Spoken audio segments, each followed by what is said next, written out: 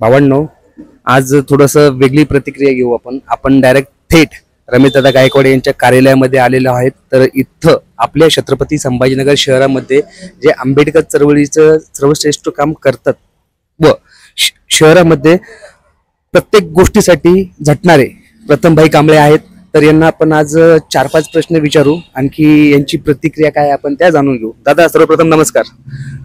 दादा, आपलं काय नाव? आपलं? माझं नाव प्रथम कांबळे। रमेशदादा गायकवाड यांनाच आपण का निवडून द्यायचं? सर्वात प्रथम जे रमेशदादा गायकवाड आहे हे आंबेडकरी विचारधारेचा माणूस आहे आणि आंबेडकरी विचारधारेचा माणूस हा मानवता आणि संविधानवादी असतो। त्यामुळेच आम्ही सर्व या पश्चिम मतदारसंघातील जे युवक बॉडी आहे ते युवक बॉडी माझ्या सोबत आहे आणि त्या सगळ्या बॉडीनं रमेशदादा यांना प्रामुख्याने निवड केलेली आहे। राजू शिंदे हे का नको? राजू शिंदे यांचं जे सिम्बॉल त्यांच्या मागे लागलेलं आहे, हे पहिलं यांचे जे पक्षप्रमुख होते बाळ ठाकरे हे म्हणायचे की यांच्या घरात पीठ नाही तर यांना विद्यापीठाची काय गरज, या असे वादग्रस्त वक्तव्य करणारे हे पक्ष संघटनेचे यांचे लोक, म्हणून आमचा यांना विरोध आहे स्पष्ट। म्हणजे त्या वैयक्तिक नावाला विरोध नसून त्यांच्या पक्षाला विरोध आहे, त्यांच्या विचारधारेला विरोध आहे, म्हणून आम्ही प्रामुख्याने रमेशदादाला निवडू। रमेशदादा जर कधी निवडून आलेत तर त्यांचं पुढचं पाऊल शहराच्या विकासासाठी कुठलं राहील?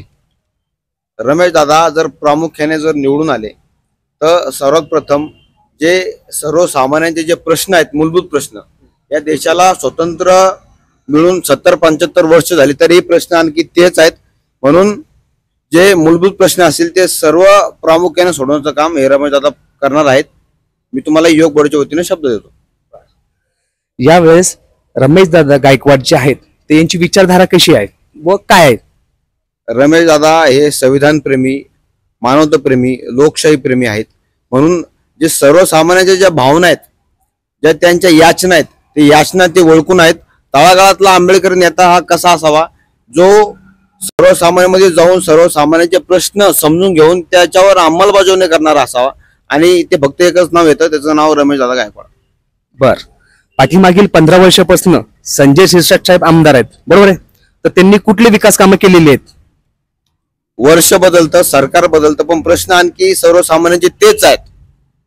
आता सर्वसामान्य हा सुज्ञान वर्ग आहे, त्या वर्गांना सर्व काही गोष्टी समजायला लागल्यात, म्हणून त्यांना या संजय शिरसाटला, पश्चिम मतदारसंघातील जे संजय शिरसाट आमदार आहेत त्यांना बाजूला सारून या इलेक्शनला फक्त रमेशदादा गायकवाड हेच नाव चालणार आहे।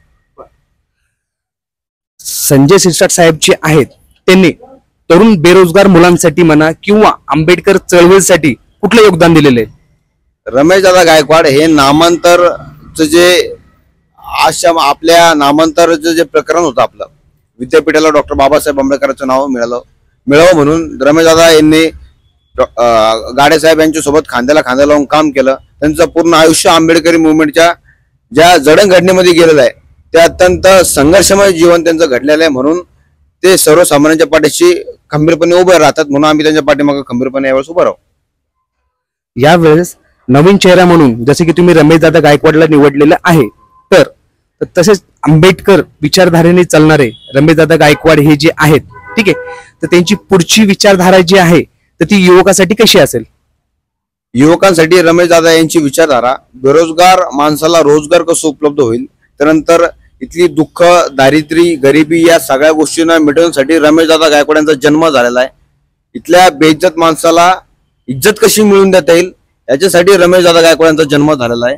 रडणाऱ्या माणसांचे डोळे पुसण्याचं काम फक्त आणि फक्त रमेशदादा गायकवाड करत आहेत, म्हणून आम्ही रमेशदादा गायकवाड यांच्या पाठीशी ठामपणे उभा आहोत।